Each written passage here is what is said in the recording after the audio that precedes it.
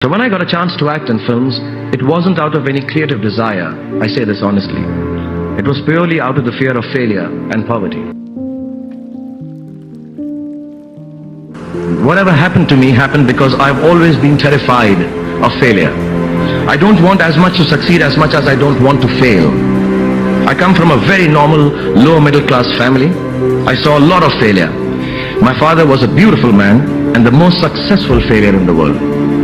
At an early age after my parents died, I equated poverty with failure. I just didn't want to be poor. So when I got a chance to act in films, it wasn't out of any creative desire, I say this honestly.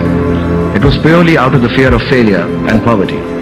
Most of the films I signed were discards of better known actors, and the producers could not find anyone else to do them. I did them all to make sure that I was working to avoid unemployment. Firstly, it's not the absence of failure that makes you succeed. It is your response to failure that actually helps to buffer the reverses that you experience.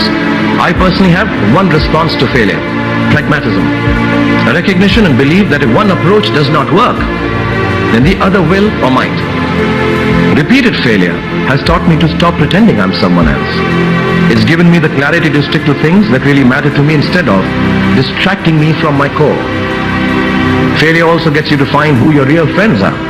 The true strength of your relationships only gets tested in the face of strong adversity. Overcoming some of my failures has made me discover that I have a strong will and more discipline than I suspected. It has helped me to have confidence in my ability to survive. You have to know and learn that life is not just a checklist of acquisitions, attainments and fulfillments.